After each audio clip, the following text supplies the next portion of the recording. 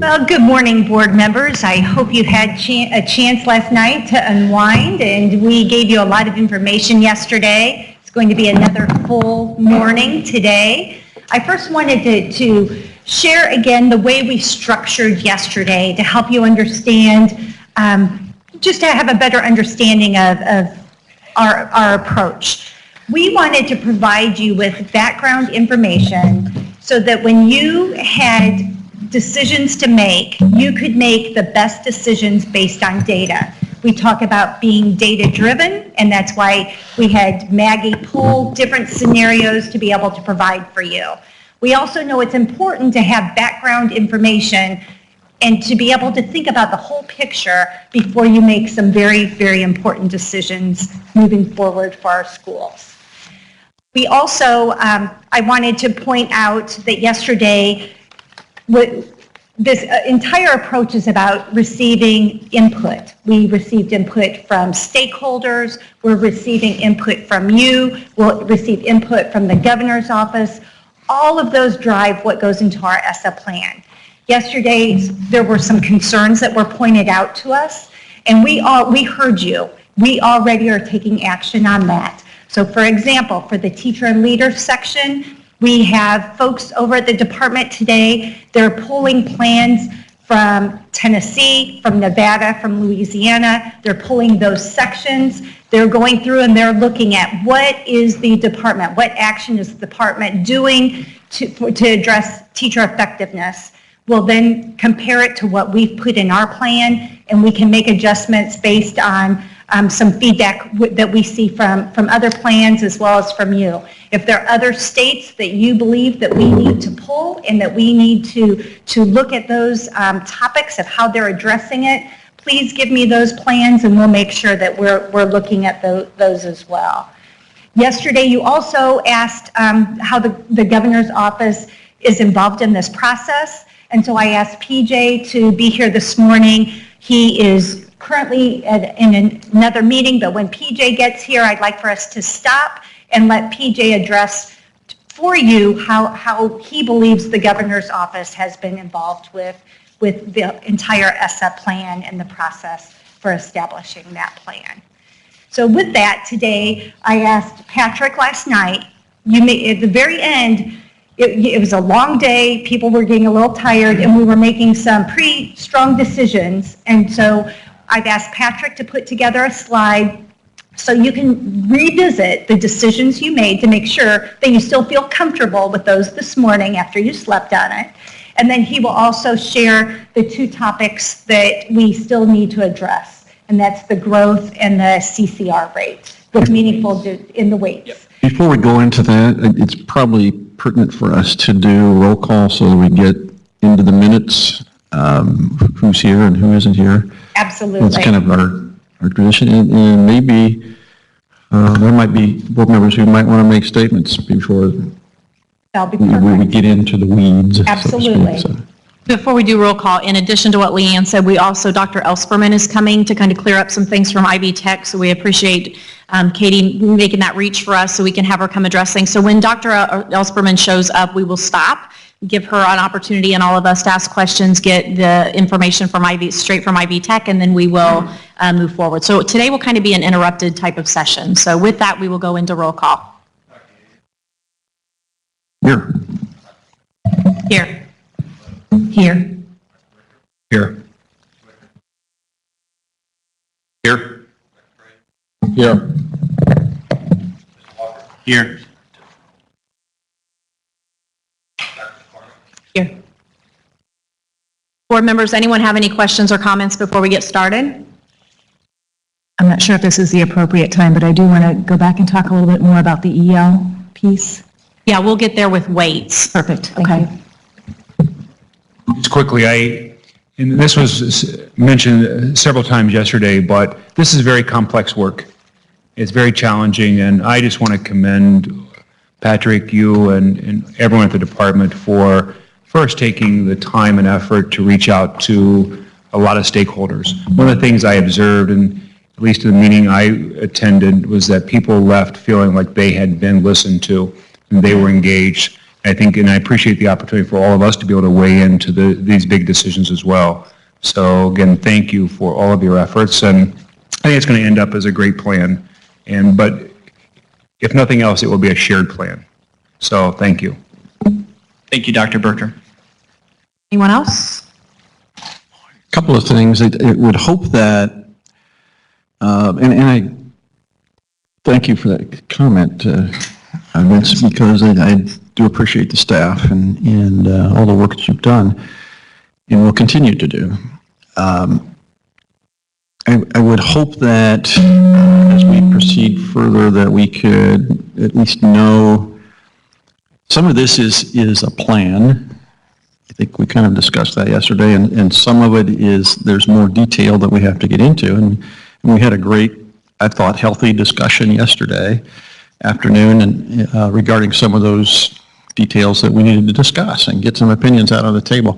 So if we could separate and let us know what's in the plan and more general, and then what we need to work on to make sure that we have input on detailed things. And I think there's somewhat of a difference, but again, I appreciate the conversation we had yesterday and the opinions that were just expressed by all.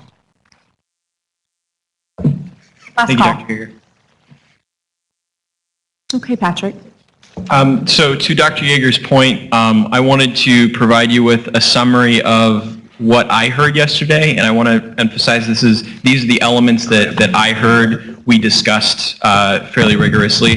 But before we get into all of that, I want to maybe go back and talk about the graduation rate and what the department has tried to do to message to the field where we're at with the graduation rate.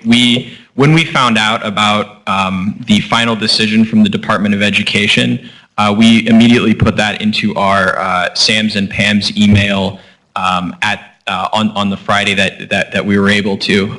We communicated it out to the field, to superintendents and principals, and those who subscribe to the Sam's and Pam's listserv. We realized that it's the middle of summer, and so not everyone was able to check email, and so perhaps yesterday was the first time that many folks saw the news regarding the graduation rate, but we've been as proactive as we can to let the field know as early as possible, because we know where school districts are making decisions, and they need to know this information as quick as possible. So I just wanted to, from the department level, kind of acknowledge some of the work that we tried to do behind the scenes to get that message out there as quickly as we possibly could. Going to the elements that we talked about yesterday, the items with the check marks next to them were what I would characterize as the state board encouraging us to take into account when we write our ESSA plan, acknowledging fully that this will require rulemaking and that this isn't finalized yet in terms of our plan. We still have more comments to engage with. But what I heard yesterday were the following, that the EL proficiency indicator that was developed by us yesterday, that includes both a proficiency score and a cut score put together, was a good measure for EL and something we should pursue. And it seemed to be sound from what the board saw with their data and understood with the conversation that we had. I also heard that our chronic absenteeism indicator that we'll note takes into account persistent attendees and improving attendees was on the right track, but required more data and more information, especially around the number of days you could be absent and yet still be considered a persistent attendee. I will say that we're working on that data, and we'll get it back to you so that you can see that, so that can address some of the questions that came up there. The other element that I heard that we should include for reporting purposes an N size of 10, and for accountability purposes, an N size of 20. that was the, after a lot of discussion, that was the consensus that I heard from the board. And I'll pause there to see if I missed anything or if we want to amend any of our recommendations, again, knowing that they're non-binding and that we're going to include them in the next section of the draft. And is this the time you want to talk about EL? Yes, thank Okay. you, appreciate that. So what I'm trying to frame is what are we required to do through the plan, and what are we doing in addition that different groups have thought this is a good idea to measure? And so it's sort of philosophical, but if I'm approaching this from what we are actually required to do and not add a lot of extra things in, my question comes back to, I'm not sure how the board feels about that. Are we picking and choosing areas where we are going beyond what's required? And so it feels that way somewhat through the EL component, that we're also adding in data K-12. I know there's probably some positives there, but there could also be some negatives. I just don't want to brush over that quickly and not feel that that really is what we want to do, because it is beyond what's required in the plan. Thank you for that question. One thing I would like to point out is, looking at past practice for EL accountability, ESSA elevated, the status of making sure that we're meeting the needs of our English learners. In the past, under No Child Left Behind, we did have EL accountability K-12. Districts that participated in Title III, which were only roughly half of our LEAs across the state, were held accountable to students K through 12. We must assess those children in K1 and 2. And so many states are including the accountability for K through 2 in their system because the children are already taking the test anyways. They're required to take the test. So if we're testing them and then not using the data to accurately support and or hold those schools accountable for the measures, but K through 2 is not required to be included. Maggie can add to the piece of the fact that if we don't include those students, we're really losing a large population because most of our students in Indiana that are English learners are not recent immigrants. They're second, third, fourth generation families. So many times our ELs come in kindergarten. So, and really the status of whether a school is meeting the needs of their ELs can often be determined at K1, 2 because those are really the gatekeeper years of being successful or not. This is where I would like us to consider, I want to make sure that we are complying with the spirit of ESSA of saying that we're going to elevate how we're tracking this specific high-need population. And I think if we were to not include K through 2, we would be going backwards in comparison to what we did under No Child Left Behind and not moving forward. So Maggie, do you have anything to add? Yeah, just a question. So the proficiency expectations on a 6-year timeline, is that correct? If they're identified, then there's an expectation over within 6 years they're proficient. Right. So under ESSA, they added a new term called long-term English learners. And the federal government, that's one of the new data points that we have to report out under ESSA that we did not do under No Child Left Behind. So it's defined as a child 6 years or more. So, and that aligns with research too. So yes, there's a general expectation that we are getting a child from, status of newcomer to proficiency within the 6 years. So I'm not suggesting this, just for clarification purposes. So if K2 is not required, but we include it, then that 6-year clock starts at the time that we identify that? So if we were to not include K through 2 and a child came in kindergarten, then year 1 in your scenario would start in 3rd grade. Is that what you're asking? Okay. Reporting timeline would still be within 6 years of initial identification. But we wouldn't be identification at K2 even if it's not part of our plan. No, we do have to identify and test. So when we're saying the reporting requirement of whether they are a long-term English learner or not is going to still start upon entrance into school. So it will start in kindergarten. So this would be a difference where we would be reporting out data requiring a child to take the test and requiring services to be in place, but yet no support and or holding those schools accountable for that. Did I answer your question? I was just thinking from a clarification. I was just thinking, how do we give ourselves even more time to meet the needs of these children? Yeah. Because most schools aren't going to avoid giving those children services plan, but if we have more time to help them get to proficient, well, good thing, or is it? Well, respectfully, I would argue the opposite. If we were not to include these students in the accountability system, K through 2, I think that you would, naturally, educators are going to focus upon the areas that they're held accountable, right? And as a priority. So I think the unintended negative consequence of this is that you'll see services shifted to 3rd grade and above, and that is not where the priority of our students are. And then if we don't provide services K through 2, then those children, by the time they get to 3rd grade, we really have lost so much time.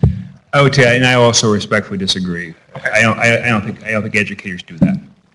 I don't think a first grader comes in, can't speak English, and we say, let's don't worry about that until they get to grade 3, because then they count.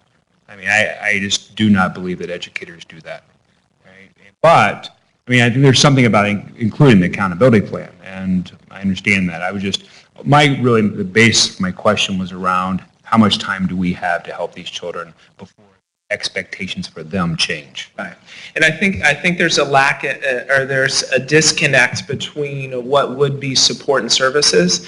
I wouldn't say that any kindergarten EL student isn't going to be, there are two things with an English learner. We have a homeroom teacher, the kindergarten teacher, and then their EL teacher. And so their EL teacher, I do think that schools would shift the priority of where they would target that EL teacher to 3 and above. And so in that scenario, you are pulling away some support. And I say that just from experience of what we see now, okay? But also, I'll stop there. Yes?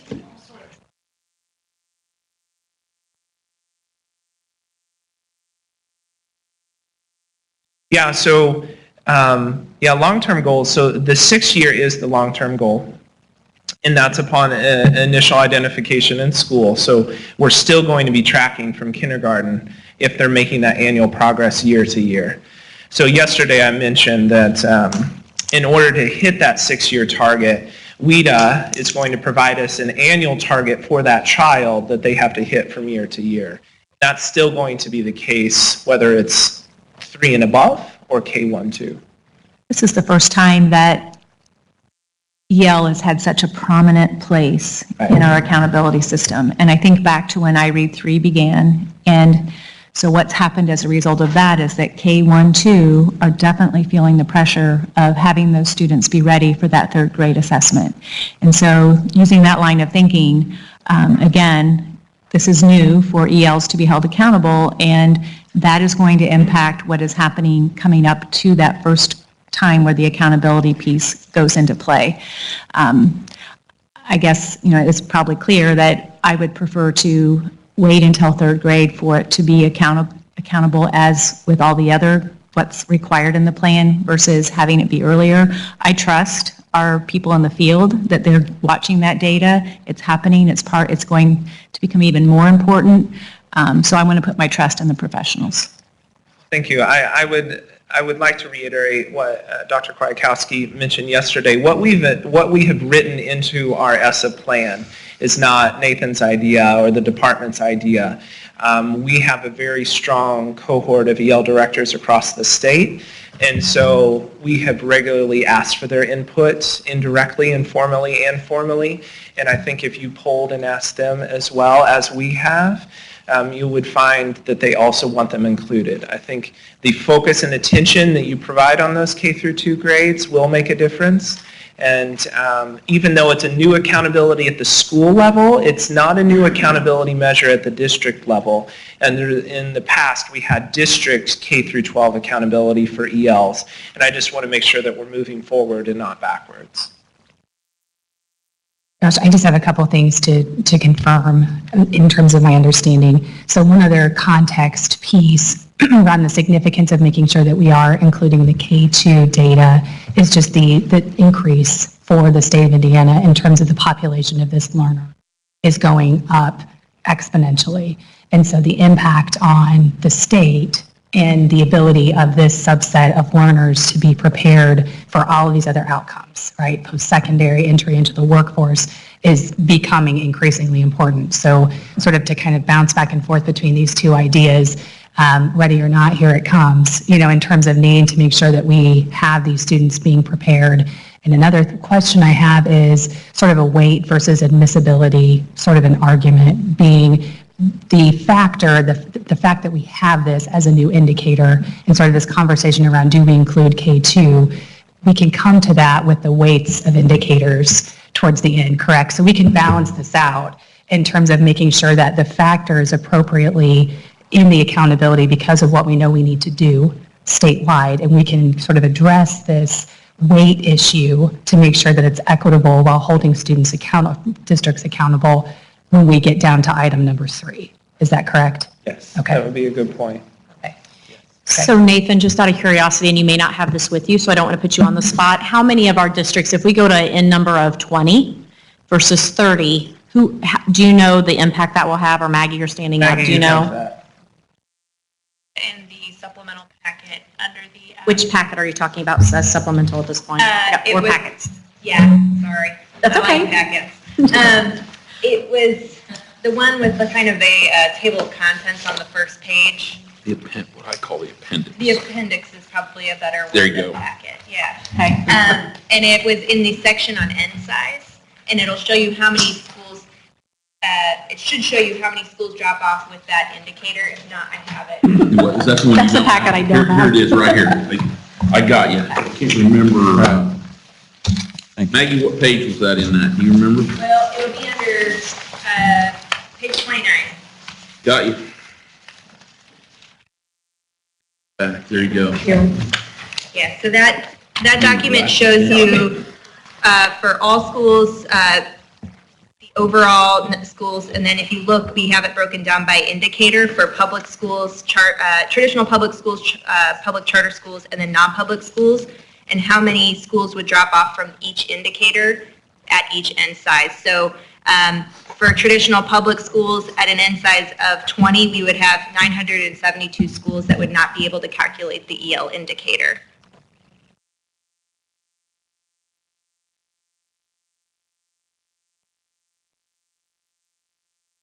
Yeah, and that's out of 1826. Yeah.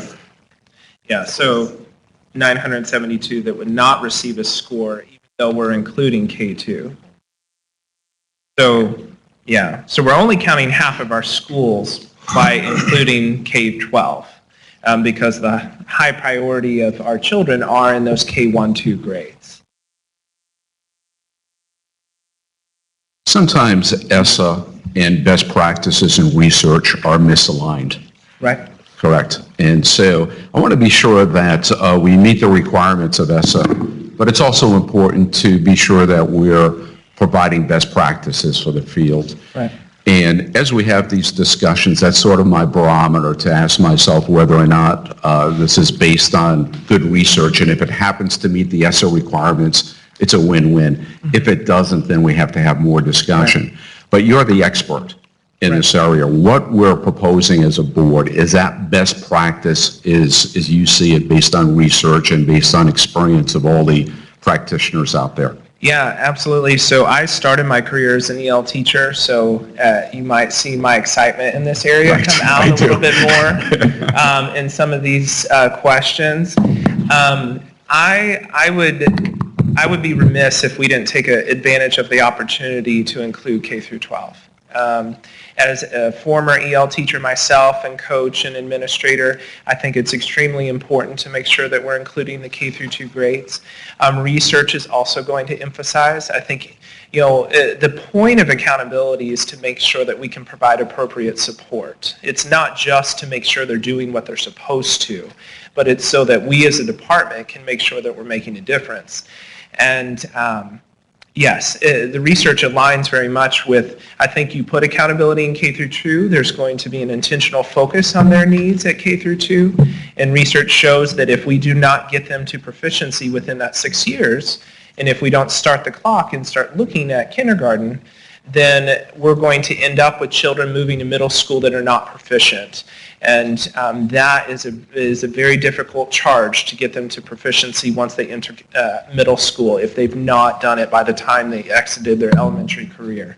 So in this case, as a former educator and then also research, I actually would be excited with this fact and the change with ESSA because I do think the law and research and best practice align very well here as long as we make the correct decision. I think this is a really good example of where we meet ESSA requirements and go beyond it in an innovative way based on research. Yeah. And it's a great example because I hope we do that with every section. Yes. That we can meet ESSA requirements and then we can be innovative. ESSA provides us all kinds of flexibility, and it's the first time in probably decades where Congress has pushed back authority to state boards of education. Right. So that's why yesterday I was a little concerned we weren't creative, innovative enough. It seemed that we were just justifying what we currently do. So I hope this morning and maybe by our August meeting we'll see what you have provided for us, an example where we meet ESSA, we go beyond it, and it's still best practice based on research and practitioner input. Yeah. So thanks for going a little beyond the call here. Yeah. One thing I do want to emphasize is that when we get to the weight section, we can understand the magnitude of the decision. So to your point earlier, this is going to be a portion of our accountability indicator, and we'll talk a little bit more about what that weight is. So when we get to that point, maybe we can readdress this question to see if it fits within the magnitude of what we need to do, because it is only going to, it counts for, based on our current calculations, it will account for half of our schools, but it's only weighted as a certain portion of the overall accountability system, so we can fully understand the magnitude of that. And I think we want to pause right here, if I'm correctly. Yes, so does anyone else have any questions? And we will come back to this. I know Dr. Elsperman came in, so I'm trying to be respectful of her time. So are we okay to go to Dr. Elsperman? Sure. Dr. Elsperman, if you can come up. First of all, we would like to thank you for coming because I know you're extremely busy and it was last minute notice from all of us. So thank you for coming. Yesterday we had an interesting conversation about dual credit. You're well aware of the concerns that we have for 2022 and the comments that came up yesterday is we have some really important decisions to make based on accountability indicators. And part of that is including dual credit, not knowing the cliff that's getting ready to come. And then the letter that was sent out to our teachers for next school year kind of created some confusion as well. So if you could kind of explain what's happening from the IB Tech perspective, that would be wonderful. Thank you, Dr. McCormick, and thank you, State Board of Education. Thank you for the service that you're doing and the opportunity to speak to you. This topic is near and dear to me, both from an Ivy Tech perspective, from a state perspective. I certainly understand its importance to you, and I want to start back about 2 years ago when I was vice chair of the Career Council. As some of you know, in my previous role, previous superintendent, Glenda Ritz, and I, and Ken Sauer from the Higher Ed Commission actually visited HLC and testified at one of their meetings of our concern about this change in the rule. All of the data in Indiana supports dual credit as we do it today. The persistence of the students, their performance when they hit college, that they are performing at or above the level of their peers. And everything we know is that our teachers in our high schools are doing a fabulous job teaching those dual credit courses. So we shared that data. We were not completely successful. We were successful in getting HLC to consider the waiver, which extended the time period until September of 2022. And as part of that letter of that described the waiver, the Higher Ed Commission actually included in there that we would work with our teachers to develop a plan towards getting that master's plus 18 credentialing as required by HLC. So that's what the letter that came out simply follows the commitment that the Higher Ed Commission made to HLC, and we, by being the largest you know that 60% of all dual credit is done with the oversight of Ivy Tech. So the letter was not anything new. It was always part of that waiver application. It just simply says that the teachers would put a plan together. That plan can change over time, but we would have a plan on file.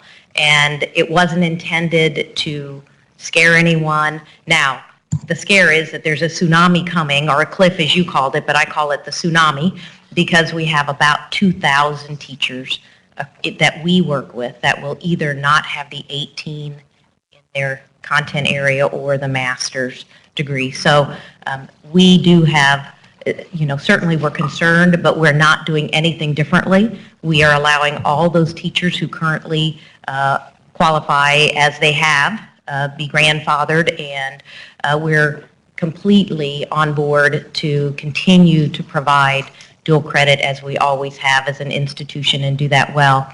We have initiated conversations with the Higher Ed Commission to continue to talk about what other options there might be. Do we go back to HLC with another alternative? What else can we do? And I think when we met this spring, Dr. McCormick, we talked about that we would be open to partner with DOE in any way to help make it such that we can continue to offer what we do today, if not more dual credit, because we see the great success in your students, both in your classroom while they're in high school, but also when they come to us and they arrive at other post-secondary institutions. It's unfortunate that we don't control this decision. We've raised our voice once. Vince, we've talked about raising it again, but we are certainly willing to partner in any way. In the meantime, up through 2022, we remain completely committed to continuing to work with the teachers as they are the principals, the superintendents, and we should be able to continue. We do ask that the teachers think forward about what that plan would be if this guideline stays in place for 2022. We do need to have a plan on file. Questions? Dr. Yeager? 2,000 existing teachers will not meet HLC guidelines by today's standards? By today's standard. Now, a number of those will retire out of that, but of those that are coming behind them, it's not likely that they will have that either. So I would think that's still a realistic number. How many total dual credit instructors do we have across the state? Now, I have my provost, Steve Tincher, here, but I don't know do you have that number?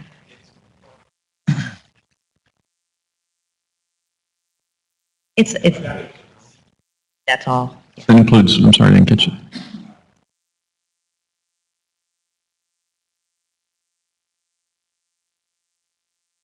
Yeah, there are, in the CTE arenas, that master's plus 18 is not a requirement, so we continue in our traditional fashion there. So help us understand that if study after study, and most recent studies are saying those kiddos who graduate from high school with X amount of, there's this one just out of Chicago, and I don't remember the exact data. Completed her bachelor's degree out of the Gary student, are you speaking of? No. No, okay, we had a Gary student who actually completed her bachelor's degree while she was in high school.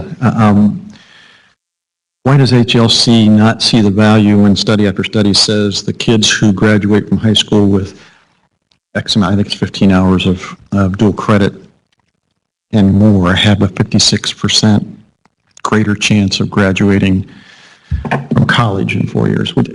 What's their rationale? Help us understand that. That is why I traveled to Chicago 2 years ago. But no, I don't know. There are other accrediting bodies that have similar requirements. It may be a Me Too, that if other accrediting bodies require it, they should too. I believe we should continue to be data-driven, and our data is very clear about the success of the students. So I think that is something that, again, we'll continue to be one of the voices, but I think your voice needs to be added to that concern, because we're now in that 5-year time period I neglected to say thank you for your service. Oh, you're very welcome. And I've made this statement over and over, that the legislature challenged us as educators across the state to provide more opportunities for students, academically able students, to get college credit while they're in high school, and we did a darn good job of it. And we continue to do a darn good job of that. And in fact, at Ivy Tech alone, it's $50 million of value to families. That's at our tuition rate, which is much lower than other schools.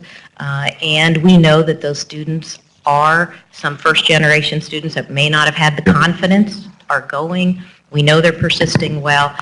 All of our data supports, and I compliment Ken Sauer at the Higher Ed Commission, as well as certainly Teresa Lubbers in her leadership, but they have monitored this closely, and we are doing good things, and your teachers are doing good things. But that said, it's a rule that we don't have control over not doing, and we have made the commitment through the Higher Ed Commission supporting their waiver that we would request these plans. And I think if you can help us to amplify to the schools that we remain completely committed to dual credit. I know our Katie Moat, who has joined your board, serves us at Ivy Tech and was a chancellor that has worked with many schools there as well. We are very committed, and we'll continue to look for, with the Higher Ed Commission and with you all, if you wish to find additional options that HLC may be open to. But at this point, the rule is the rule, and we are trying to explore what additional flexibility we can find within the current rule and any other options to tweak or change that rule. So just so the board knows, as a department, and I know some more questions are coming, as a department, what we have done in our teacher effectiveness arena, and I think it's reflected in the plan, is that we are working diligently. Right now we have an RFP out. We're waiting on a response to that regarding partnerships and how to put some of that expense back on the state to help move this along and be smart about how we get either the 18 hours in or the masters, and what can that look like and how can that be expedited. So we have had multiple conversations. We're looking at partnerships for that. So it is not something that we're being stagnant on. It is a conversation that we have weekly. So we are looking for solutions, and I do appreciate the partnership. Teresa Lubbers Commissioner Lubbers has been great, and we've just had a ton of support across the board. So that's where we are as a department. This is something we are diligently working upon. And we know the financial burden. We don't want that necessarily to hit teachers, or local schools are really struggling, some of them financially, so we know we have to be part of that solution with resources. So with that, I know Dr. Freitas, you had a question, and then Dr. Bertram has one as well. Hi, good morning. Good morning. I have a question about the upcoming tsunami, as you put it. Yes. That's a great term. I think it's appropriate to name it that. And I'm not one to give up. Correct. And so who is spearheading this effort? There seems to be a lot of pockets of people, the DOE, the Higher Ed Commission, Ivy Tech. So number one, is there someone who's spearheading this, organizing it so that it's a concerted effort on the part of Indiana? My second question is, are there other states in the same situation that maybe we can rally those other state board members to jump on to some kind of an effort? And number three, is it worth the effort to try to change their rule, or should we be looking at alternatives? Let me start with the third question. I think it's always worth it, given the data that we have, that we would continue to pursue either changing the rule or additional flexibility within the rule. I think that's certainly worthy. There is, I understand, a dual credit advisory committee that I think CHE has called back together, and I would think that the Higher Ed Commission, because they are the ones who requested the waiver, it would be, because we're not the only dual credit provider, it's probably not appropriate that Ivy Tech lead it, but we want to be a part of that team, and we've offered, and that's part of the continuing outreach to Ken Sauer, who really has been the tip of the spear in CHE to look at the data and then to articulate the rationale behind the waiver. And your middle question, other states.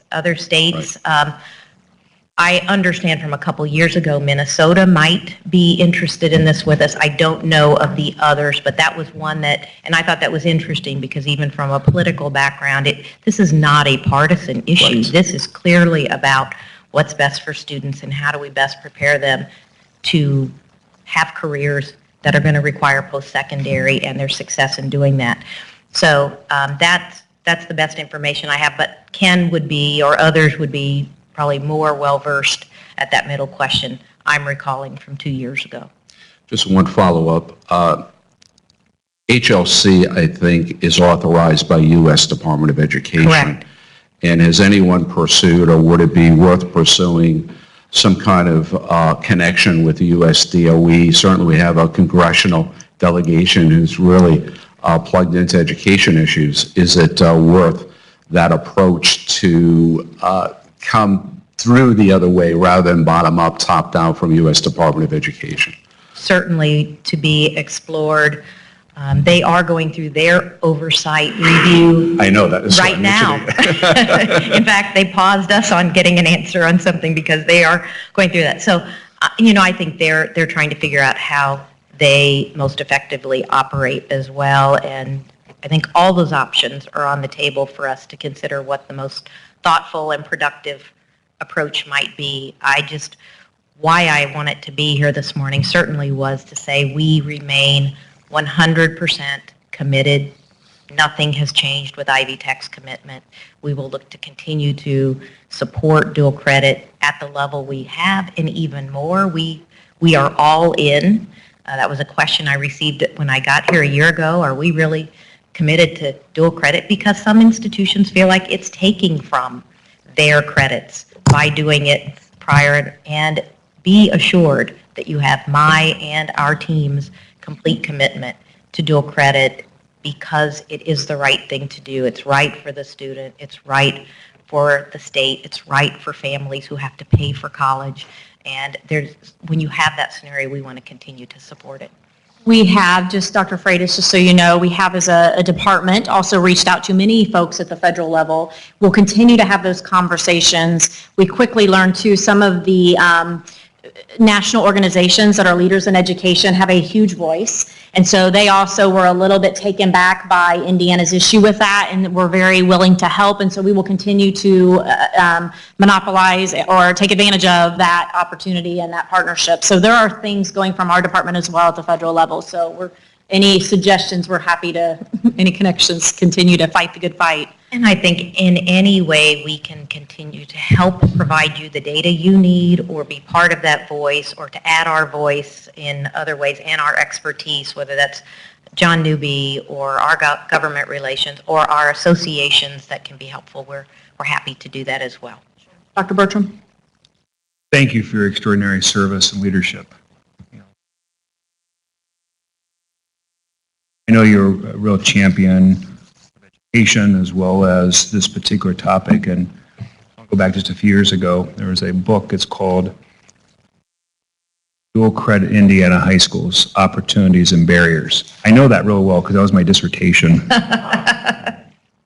No one has read it, but it is something I'm deeply passionate about as well, because I often look at underserved children and think about the opportunities provided, and one of my primary concerns around the change in dual credit are some of the issues we deal with, teacher recruitment, and our ability in some of our most underserved school districts are the ones who are going to be most adversely affected. This is going to be devastating for them. But I would also suggest that, as you point out, the $60 million in economic value, I would say that if any state or any region or school district or company was faced with a $60 million loss, that they would take extraordinary efforts to prevent that, whether it's letters, conversations, or the courts. And I don't believe that from an accreditation perspective that there's any evidence to suggest that this policy is to the advantage of students, that it is grounded in research around practice. 18 hours seems random, and I think it would be devastating for us. It's also an economic issue for other people who are the losers in this. And as you point out in your last statement, and I've talked to a number of universities around the country, and one of the challenges to dual credit is for every 18 hours you give, it's 18 hours someone else is not getting. And while we advocate for it, there are a lot of universities that are standing firmly behind HLC's decision. So we have to really think from that perspective as well. But a couple other points that I want to make, and that is there are some exemptions to the HLC policy, and one is around CTE, Correct. and the other is around AP. It's interesting how AP is carved out of that, and and why. And one is around the standardized exams. The idea was that if everyone's giving their own separate exams, that there's no way of measuring student effectiveness and performance across all universities. So my question is, what would it look like if we had these common exams? Because we are the leader in this space. We also have the dual credit library that allows for us to look at courses across. What if we had a common exam across each of these courses, right, shared across all the universities? Would that change the dynamics? Would that align us more with an AP style than each having their own exams? And because then we can make a rational case that the same rationale used for AP being offered or being exempted from this, it's the same. Now we are actually aligned with that. And the other is the expansion of CTE as we define it. Are there opportunities there? Are there other courses that perhaps aren't under CTE today that in our state plan could be included that would exempt those courses as well? I don't know if there are, but that could be another look for us. But I would suggest that as a state, I like the idea of all of us coming together. I think Dr. Freitas' point is well taken. I think accreditation agencies right now are under intense scrutiny. I think there's an opportunity with the current U.S. Department of Education and their belief around state control. And I think we should hold people accountable to the things they promised us, and that is to put the power back in the states, rather than an accrediting agency looking at 18, 19 states and sending a document that would fundamentally change economic outcomes for our children. Thank you.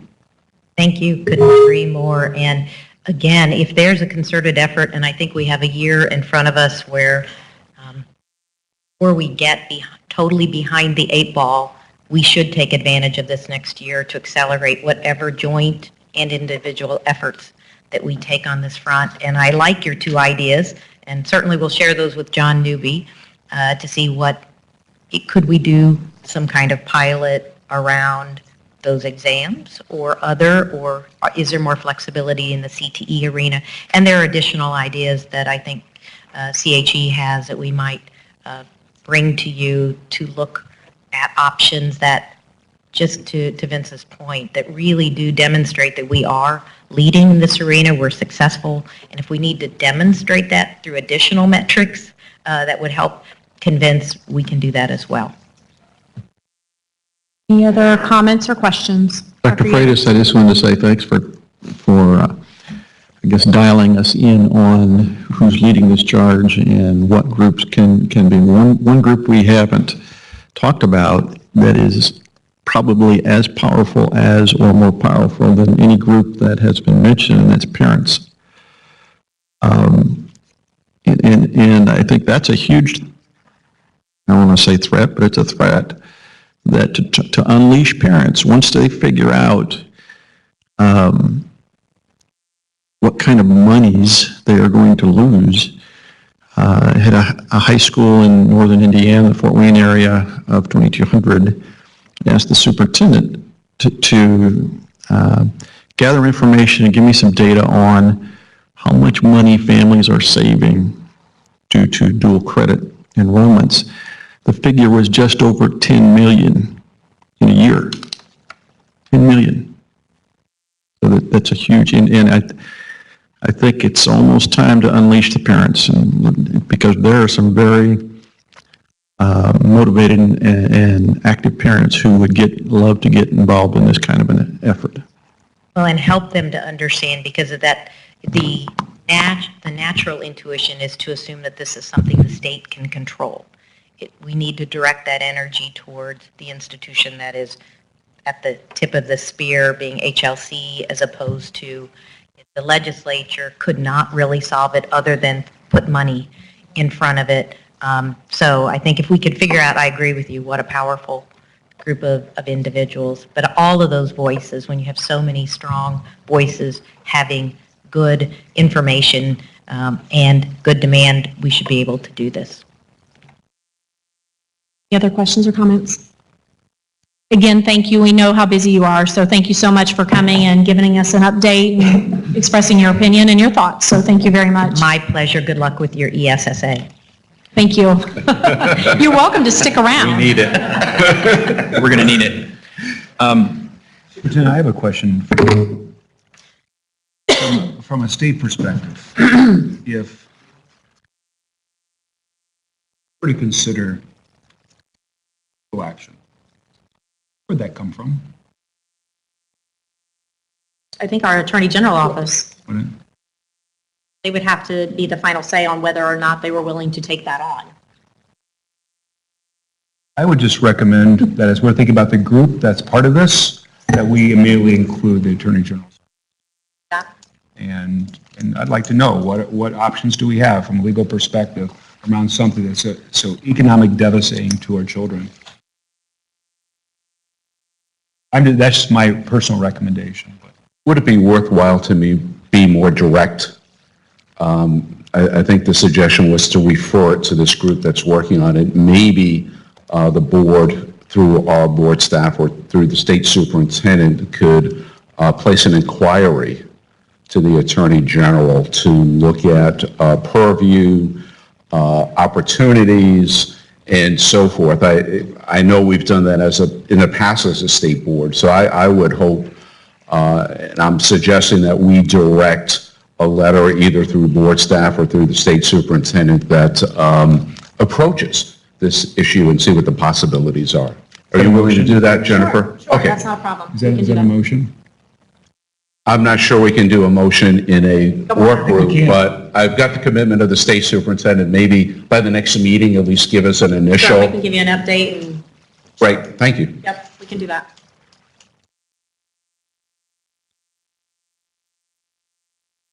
So would you like to go back to talk about the CCR indicator now, or should we move on to other elements? Was John going to be here for that? Okay, let's go on to the CCR then. Okay. So one of the things I think it's important to note is what all is in the CCR indicator. We have, and Maggie, can you come up here to make sure I don't screw this up? But we have AP scores of 3, 4, and 5 are part of the indicator. We have IB scores of 4, 5, 6, or 7 as a part of the indicator. We have dual credit courses that are approved by the Department of Education included in the indicator, and we also have industry certifications that are approved by the Department of Education as a part of the indicator. One of the things that was asked yesterday was, we're talking about changing the percentage of students that need to be included as maybe the way to get to annual meaningful differentiation. Another option would be to expand the options that are available to include in the college and career ready measure. And I know that while the graduation pathway committee is very focused on that specific element of the graduation piece, that could be perhaps, again, just a suggestion, perhaps a venue for exploring other options to include in CCR. And Maggie, do you have anything you'd like to add to that? Okay.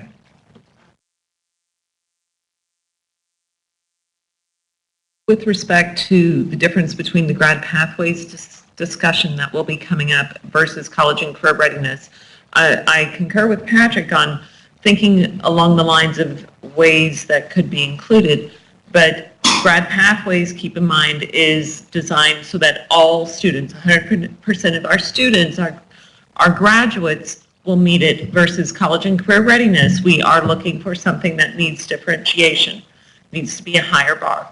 So to me, I find them distinctly different, and they need to be distinctly different. So keep that in mind as you're thinking about this. What needs to be distinctly, Mr. The graduation pathways, the committee that will be meeting on that, needs to think about how do we make sure what is appropriate for all students to meet. All students, 100% of students have to meet grad pathways if we consider it our new grad exam, if you will. As a minimum. As a minimum. As a minimum. Versus college and career readiness, to me, needs to be a higher bar than that. Because per ESSA, it can't be 100%. I'm sorry, 100% of our students college and career ready. We need differentiation, right? We need those that aren't ready. Logical to me. I understand, but ESSA requires differentiation. So, for example, if I'm thinking SAT and ACT, I would argue looking at cuts at passing scores that might get you into our state colleges such as Indiana State, Ball State, for grad pathways versus for college and career readiness, I might look at those cut scores that get you into IU or Purdue. Cynthia, are you saying that ESSA doesn't permit us to report that 100% of the students are college and career ready? You betcha. As they're requiring differentiation. Okay, I'm not saying it's logical. I'm just trying to. Can I see the rule? Can you just send me the rule that says that? That's what we were talking about yesterday. I just want to see the exact language of the rule that you're interpreting to say that. Oh, yeah, we'll do All right. that for you. Yes, absolutely. Could I ask a question? I'm sorry, Sure. Dr. McCormick. I Nope, didn't you're interrupt fine. you. I'm, again, trying to piece all these things together, but within grad pathways, assessment may be part of some of the things that the panel recommends to the board in terms of how we're going to define the things a student needs to do to be a graduate. So that is not the end all, and it is a component of the grad pathways Could be. work. So all of this is so hypothetical. I just, in terms of clarifying with these different measurements, that within grad pathways, it's about so much more than assessments. It's about activities, outcomes, certifications. There's so much inside of there. And then the CCR piece is one that we've been sort of wrestling with, because that may also ultimately look similar, right? Where we're getting away from just such tight focus on these assessments and the associated percentile of how many students are getting to the assessments, to really shifting the focus to the outcomes that would allow us as a state to say these students are college and career ready, and these students are ready to go out and be successful, because graduation is not a bookend, it's a springboard. So I will say, from the department view, it's a little bit different than Cynthia's opinion on this. So we see a lot of alignment between, hopefully, what comes out of the graduation pathways and CCR. So we see that just a little differently than, I respect how you're explaining it. We just see that very differently, just so that we can know from the department. Say what you just said again. Well, we think there's going to be more, where Cynthia sees it completely separate, or different, and separate for reasons. We see more alignment to that. Okay. Really is the way Katie explained it, because of those issues. In other words, something could be in both. Absolutely. I mean, that's the department's opinion. Okay, that's where I was having, because that's the way I'm looking at, and when you guys were talking last night, I'm like, well, why don't we just look at some things that can go into that? That's where I was having trouble. I fully anticipate there to be overlap. I just expect the graduation pathways to be broader.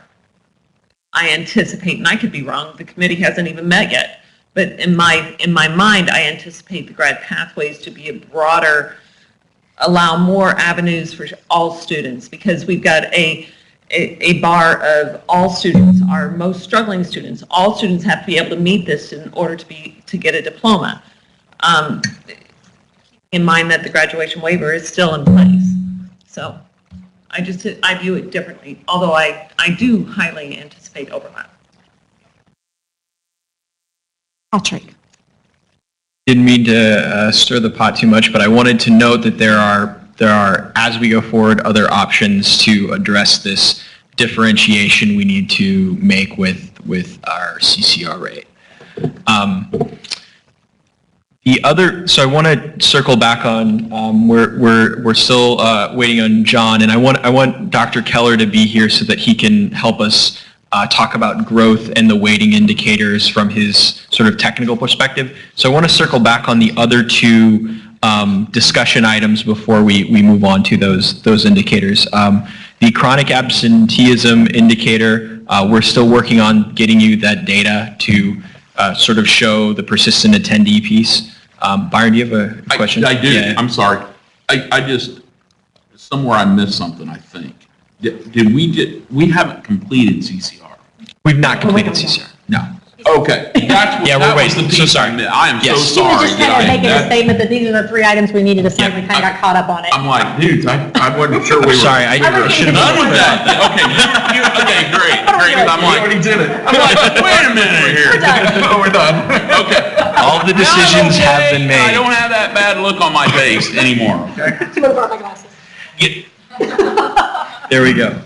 So I want to circle back on the chronic absenteeism indicator and talk a little bit more about the N size and see if we have any final more thoughts on the chronic absenteeism indicator and/or more thoughts on the N size question. Yes. Quick question on the chronic absenteeism. That particular group, I believe I was on, and that was discussed, so I know there was consensus from that group. But is there research aligning student achievement with chronic absenteeism, that if I ask for some research that substantiates that, that will be If you look at your there? appendix, we have 2 pages of research. And I'm just saying it publicly because we are not just making these things up without an alignment to student achievement. And in that particular group, that question was asked over and over. So I just want the public to understand that we're not picking out other indicators without looking at the research to be sure that's aligned. And I think someone said it yesterday that if students are not in class, then obviously student achievement's not going to grow. And so this is one in particular, again, we can point to research, point to data that's driving a state policy decision. I just want to make that obvious. So I'm comfortable with that. Other indicators were brought up, frankly, in the committee, and I just want other board members to know they were debunked as not having alignment with student achievement, or there was some kind of a survey recommended that was not valid, not reliable, and so forth. So I think DOE staff's done a really good job in helping us get through these things so that if we're challenged on any of these indicators, we can point to research that it is indeed connected and aligned with student achievement. Yes, so a couple of points on that. In the appendix, there are a few resources regarding the chronic absenteeism. One is an explanation document of how we got to where, what we proposed yesterday. Second is the research data that we have. And then I may have exaggerated. I think I only have 2 things in there. But so that is all about chronic absenteeism. In the statement of how we got there, it does address the committee or the work group and the work that was done there and what was brought up and shared. One point I did want to make, since Dr. McMahon brought this up on the ELP indicator, is that in our plan we do incorporate this indicator at K through 8. Again, part of that was supported by research that chronic absenteeism is something that begins in those early grades and that can impact literacy at 3rd grade if there are issues with attendance in K through 2. So we extended this to apply for K through 8. The other reason we did that is because it does provide for your K2 schools to have a unique indicator. Otherwise, their accountability grade is based on the receiving schools' achievement and growth scores. So this provided a unique indicator for those K2 schools to have. I have to say on that committee, I appreciate, and Dr. Freitas, are you on there as well? Yes. Okay, so and for our staff, I do appreciate the conversations that went on regarding the burden at the district level as far as what can we do that's already being done. And so that data collection's already there, so that'll be a turnkey for districts, which is huge. So I appreciate that conversation took those type of things into consideration, so thank you.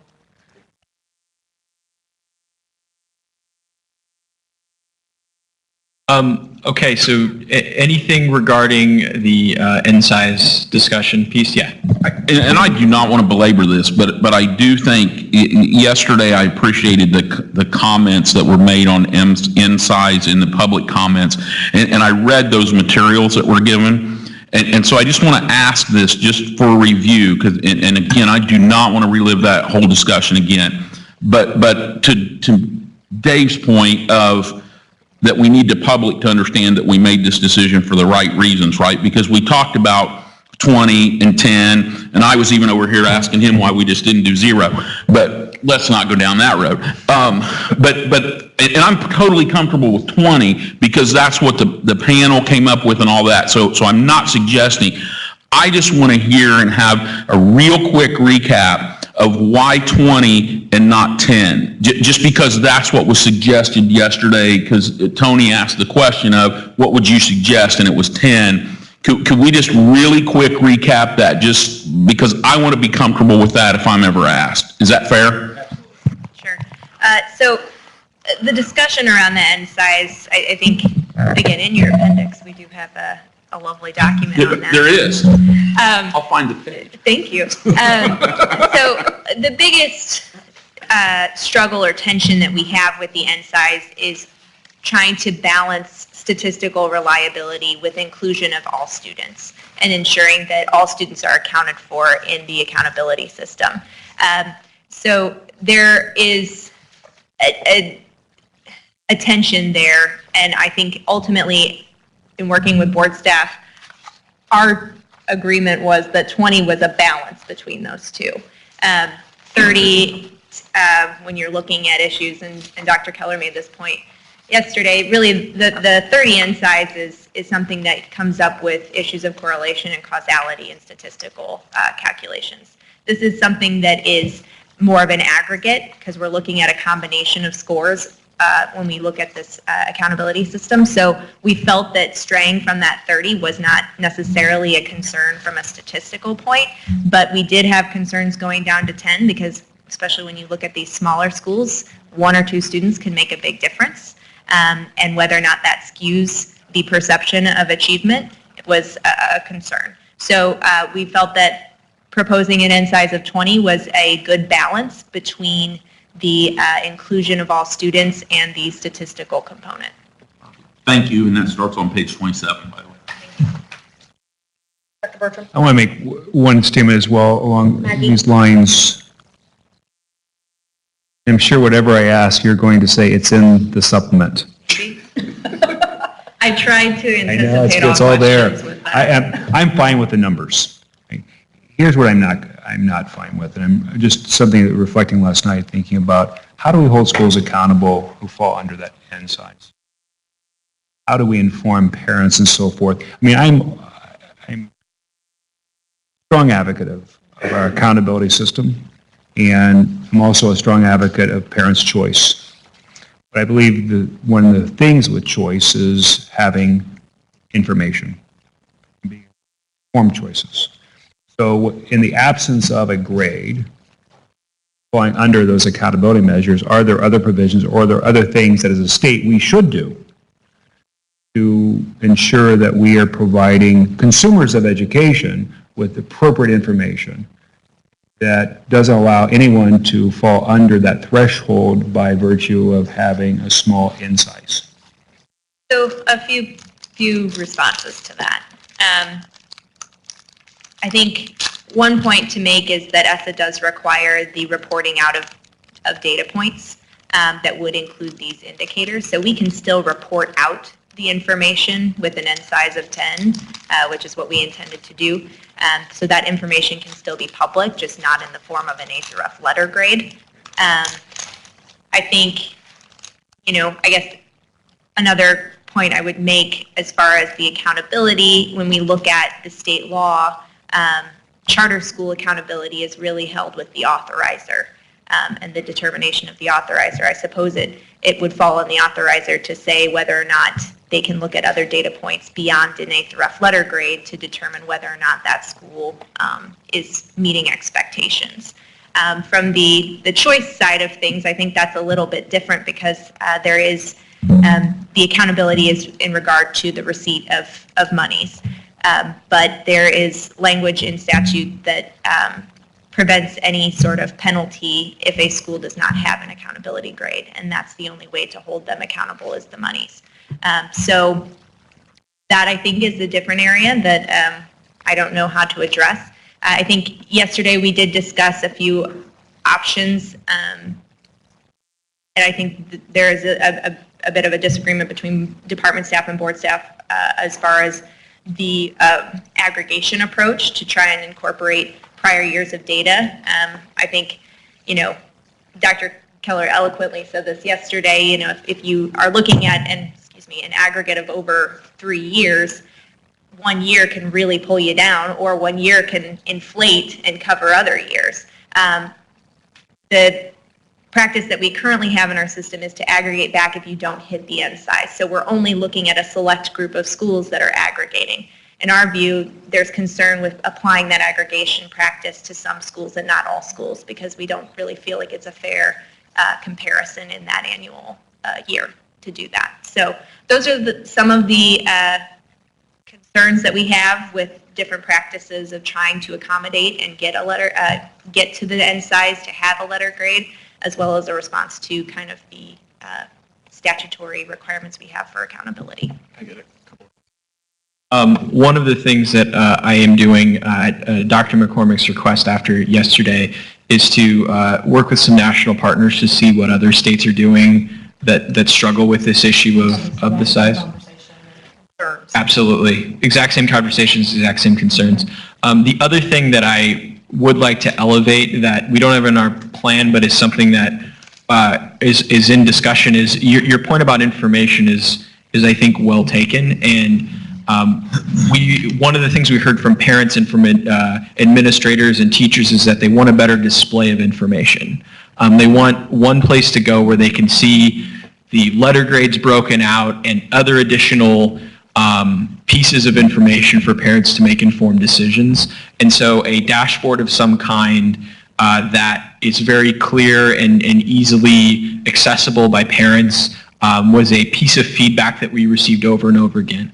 Now, that's not something we necessarily need to write into our ESSA plan, but it's a piece of feedback that we are intending to explore more, and that could include other data that's not necessarily in the A to F piece that could help parents make some decisions, especially for those small schools. Because it's going to be equally challenging for those schools with a small N size who are doing extraordinary work. Right. And all their students are excelling, but there's not a letter grade attached to it. Right. You need to know that as well. Right. So, great. All right. Thank you. Thank you. So we have Dr. Keller has joined us, and I think we can begin talking about. Do we want to go back to CCR, or should we talk about the growth indicators? Go ahead to CCR since we're on that topic. Okay. And we'll take a break here shortly, but okay. John, since John's here, let's go. Great. So on the CCR rate, there was some, I think, want to name some clear disagreements on whether we go with a higher one and or show a couple of ideas. One is to show progression over time where we increase the CCR as it sits now slightly, and then make clear in our plan that we want to over time increase it more significantly. Can you put that slide back up? So yeah, I actually have to switch to another deck to do that real quick. Ron's coming. He's going to help Okay. you. Keep going. So one.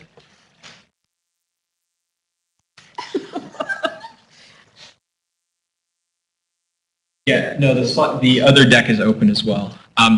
So option A, I'll say status quo. We stay with the 25% and say that we're going to increase it, but the dual credit cliff is an issue that we're trying to solve that we talked about a lot earlier today. Option B would be we show incremental increases in the percentage to something above 25%, but not as high as the actual distribution goes. And so I'm not proposing numbers, but just for the sake of a straw man, a 30% or a 35%, something that shows incremental growth our incremental movement towards differentiation, but not actually getting there, with the expectation that we'll increase it. Option C would be to move all the way towards a 65 or 75% CCR rate. And then the last piece that we discussed also would be amending the CCR rate to include other elements as well. I'm not sure where that fits into the options that I outlined, but those were the discussion topics as they sit right now. So one Yes. option could be we increase it to wherever we feel comfortable to show movement toward meaningful differentiation, and put language in saying that we are under rulemaking to look at what feeds into the CCR, correct? So that we don't have to make those decisions now to put into the plan, but just acknowledge that we are looking at that option. So it could be multi-layered. We don't Right. have to have all those decisions going into that, because Right. we won't be ready for that. No. Because the graduation pathway, again, in my opinion, will play into that, so. It's page 14 of your hymnals. Darn it, you got ahead of me on that. Number cards.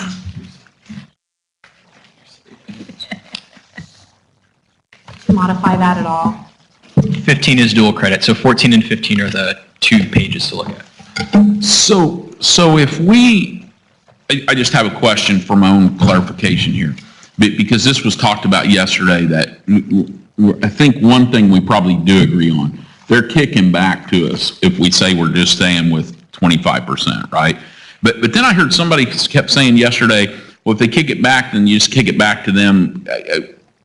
You can't just volley it back and forth without ever making a decision, right? Or a change. That's what states, even the more aggressive ones, that's what they're telling us they're doing. They're getting they take the first call, they make changes that are very minimal, but they're letting it be their state plan, and if that's what stakeholders decided, they're just kicking it back. Now, what will happen?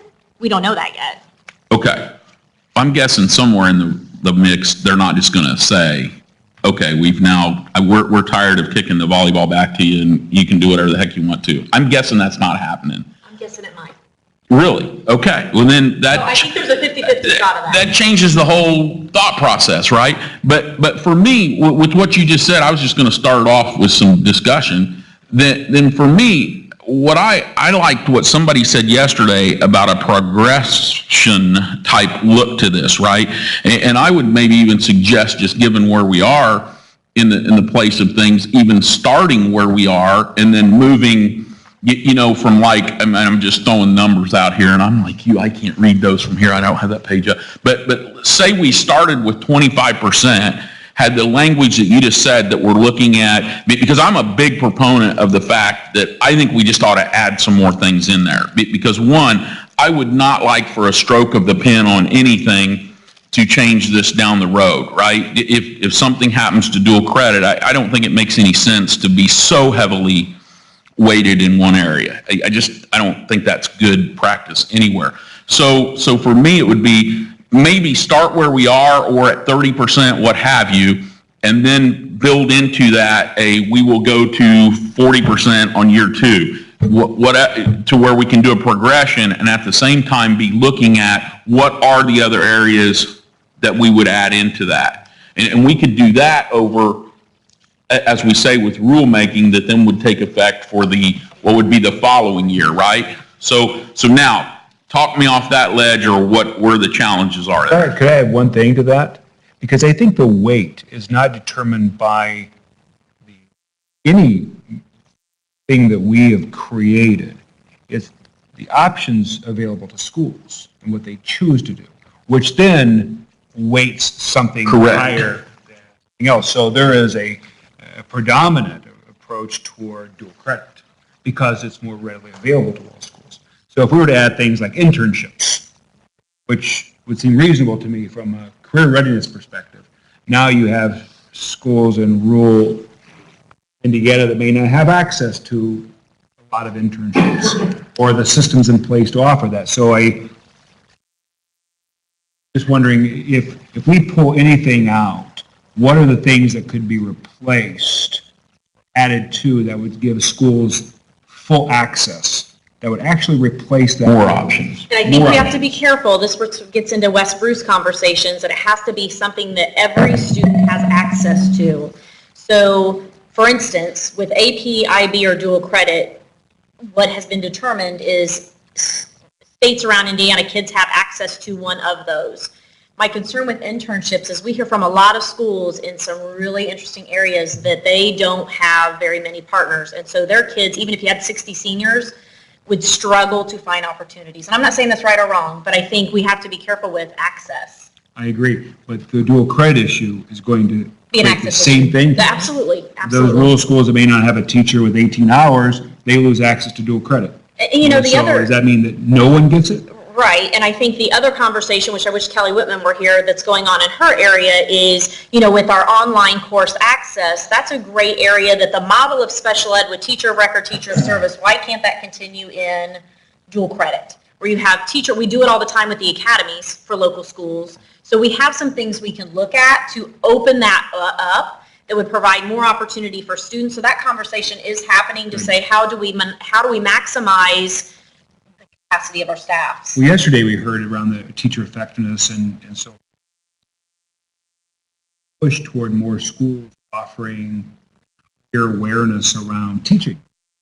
So if my school offers a cadet teaching program, that count around my career readiness if I've created it myself. So is that an internship with another teacher? So I that's think where there's I would possibility. I think we have to be just careful. Sure. Yeah.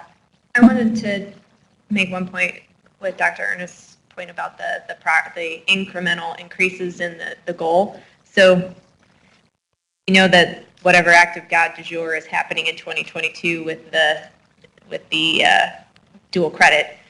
So if we're slowly increasing the goal to attain the college and career readiness, and 2022 comes around and the goal is now up to 40%, and we have this huge drop in dual credit, it kind of defeats the purpose of having the incremental increase, I guess. That would be one thing to consider. May I throw in a thought? Because as far as the significance of why this is important, is there an opportunity to connect this to an outcome for the student? And going back to the study that Dr. Yeager cited, there's data that we've talked about around the rate at which students enroll in post-secondary, but I think a more important data point is the rate at which they complete, and without how many years from enrollment.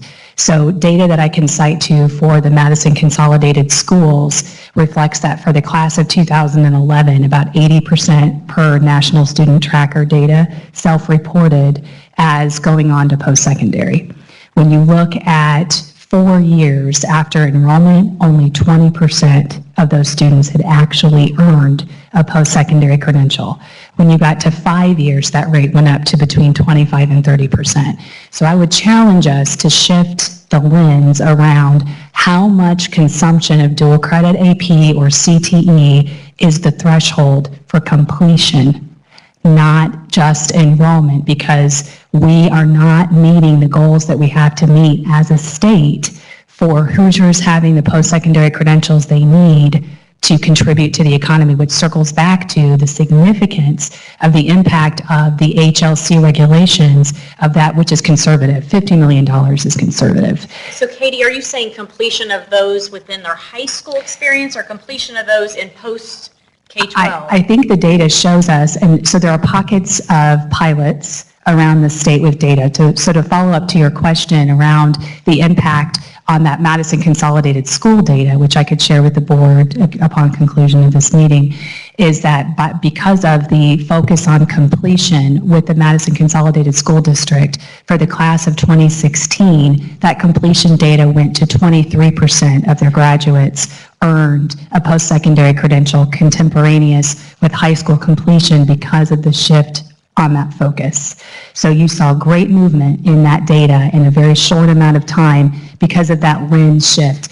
So I think what we should look at as a board is what can we do policy-wise to incentivize the behaviors at the district level with leveraging this tool towards an outcome, not just a percentage for the sake of a percentage. Because while those students enrolled at a higher rate, I believe the data would show that they did not complete at a higher rate. And that's our Achilles heel. That's our pain point threshold for what we're trying to address. Not that I disagree with anything you're saying, but I think the tricky part is timing of that. So when you are under an accountability system that really in reality isn't based on professional responsibility of what you're referring to, but punitive accountability, we are under a timeline that we have to get that data back quickly. Well, that could take a while to see completion of down the road. So that would be something that would be, I'm not saying it's impossible, but something that would take, it would be interesting to see how that would play in, because you would always be many, many years in the rears for those students. Does that make sense? And we are under the gun with state law and how quickly we have to turn that around. And so I hear that, and I'm willing to support the aggregate stair step. I just want to make sure that we, as a collective team, see that that's the way that we've got to be refocusing these efforts and these tandem opportunities that we have to really drive that and make this meaningful for outcomes for students and then for the state. And I think we're saying the same thing, and I hear 100%, we don't want to create false expectations or situate schools for challenge or failure. That's not at all what we want to do. Katie, does that 23% completion rate, is that for a bachelor's or associate? That's for a sub-baccalaureate outcome. What Katie has just proposed is monumental. It's shifting what we've been doing from an input basis to an output basis. And we do have an example. For example, graduation. We don't look at the percentage of students who are enrolled in a high school. It's an outcome basis. How many students graduate? And so what she's proposing is we do the same thing with other areas, which is outcome based. Doesn't matter how many students sign up for a program. It's the outcome basis, how many students completed with a certificate. Superintendent raises the issue. It's a good one. How do we get at the timeline? And I think we have to be careful that we're just framing that around further formalized education. We have folks who are farmers who sometimes typically go right into a family business, which tracking that, they're very successful. Sometimes they do go back and do both. But I think we have to be careful of framing it as the only success we see out of an outcome is those kids who go on to formalized education, whether it's a 2-year degree or a 4-year degree or certification, because they are just small pockets, so I'm not going to blow that up either, of success that are beyond that. So I don't want to dismiss that, and that's really difficult to track. Well, what I'm arguing is the concept, not the specifics. Correct. Conceptually, foundationally, if we can agree as a board that we're going to look at outcomes of an intervention rather than looking at getting into the intervention, which has no meaning at all. It's the outcome of it. If we can agree conceptually on that, then as we look at various things, then we can have that framework. Maybe the person who's going into farming is a successful family business, we can somehow account for that. But I think the concept is a really good one that we should embrace and as we meet in committee, and that's really that how we should do higher that. ed's measured, correct? On completion? Yes. Not higher ed, Right. so. But yes, it is a completion look because of course we need students to have those credentials, whatever that word means, right? And making sure that we're capturing that so that they have, more importantly, the competencies that employers value, whether they're going in as a doctor or they're going in as a production line worker or a CNA or any of the top Indiana economic sectors. There's also, I think, a need to focus on those as well. To your point, Dr. McCormick, of ag being a really significant economic sector, as is advanced manufacturing, as is healthcare. So it's focusing on where can we move the needle for the state and how do we align our priorities so that we can get there as a whole team.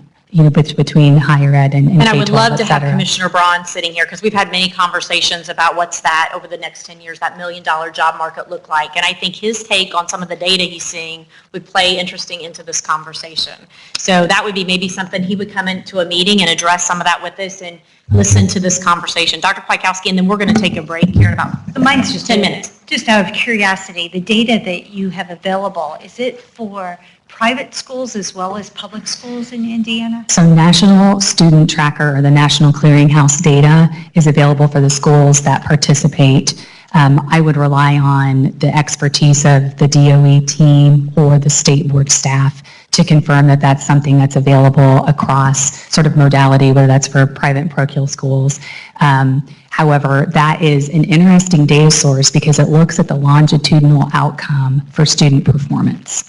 In terms of just looking at these bookend pieces around graduation rates, it looks, and then we can also have some pilots that are with the IU public policy that Drew Classic is running that is looking at drilling into for that student success piece and what's happening in post-secondary, what was the curriculum that they were engaged in at the K-12 level, and how, if at all, did that contribute to those post-secondary outcomes. So it's a longitudinal look rather than just that one benchmark of graduation.